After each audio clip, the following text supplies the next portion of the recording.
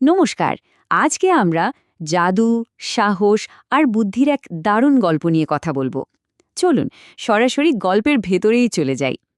আচ্ছা, গল্পটা শুরু করার আগেই একটা প্রশ্ন।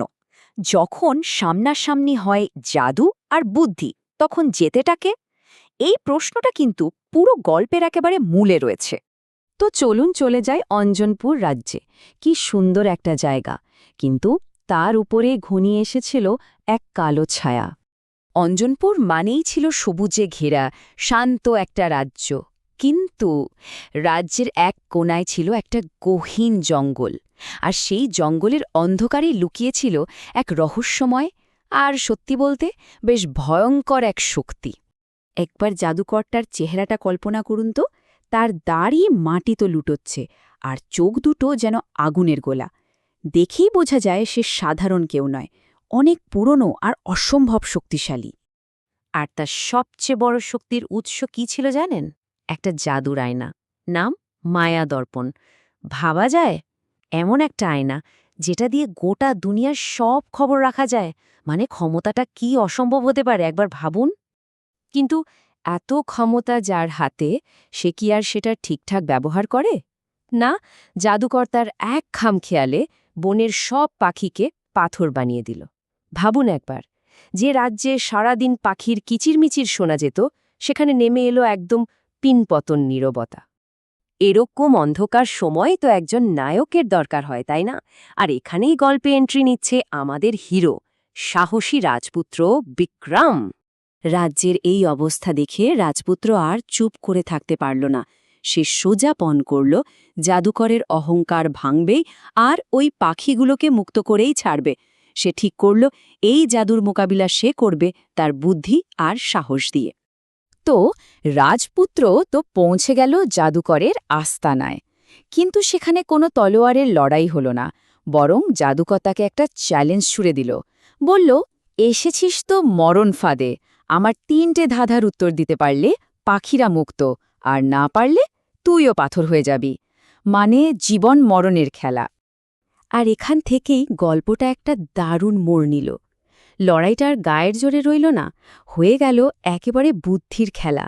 একটা টান টান উত্তেজনার মুহূর্ত, তাই না? তো জাদুকরের প্রথম ধাঁধা, দিনের বেলা মরে থাকে, রাতে দিলে পাখা। এমন কি জিনিস যা সবার চোখে রাখা? কি হতে পারে? দিনের বেলা নেই, কিন্তু রাতে ডানা মেলে। আর রাজপুত্র বিক্রম একদম ঠিকঠাক উত্তরটা দিল, মানুষের স্বপ্ন।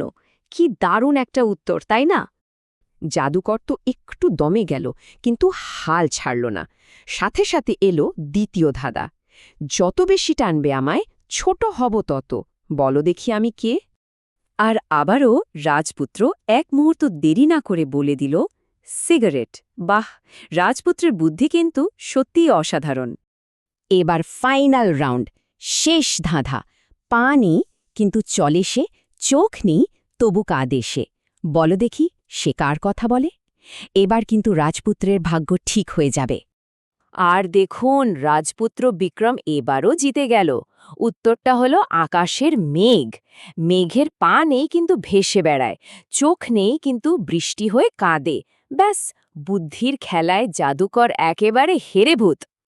তো বুদ্ধির লড়াই তো শেষ, এবার অ্যাকশনের পালা, মানে গল্পের ক্লাইম্যাক্স। রাজপুত্র শুধু ধাঁধার উত্তর দিয়ে নিজেকে বাঁচায়নি, সে জাদুকরকে হারানোর একটা সুযোগও তৈরি করে নিয়েছে। বুদ্ধির কাছে এভাবে হেরে গিয়ে জাদুকরের মুখ রাগে একেবারে কালো হয়ে গেল। সে এটা কিছুতেই মেনে নিতে পারছিল না। কিন্তু জাদুকর কিছু একটা করার আগেই রাজপুত্র এক মুহূর্ত সময় নষ্ট করল না।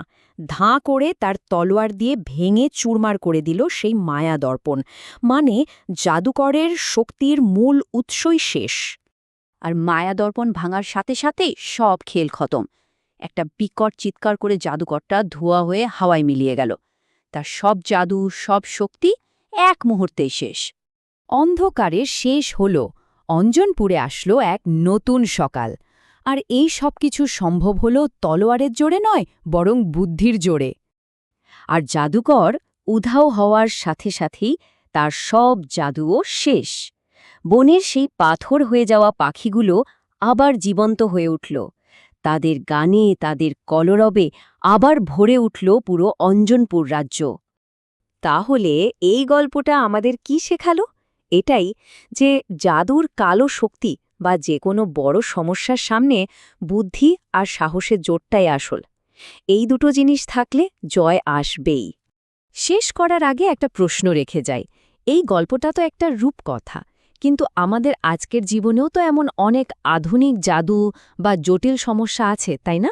ভাবুন তো, সেগুলোকে আমরা কিভাবে আমাদের বুদ্ধি আর স্বচ্ছ চিন্তা দিয়ে সমাধান করতে পারি? বিষয়টা কিন্তু ভাবার মতো।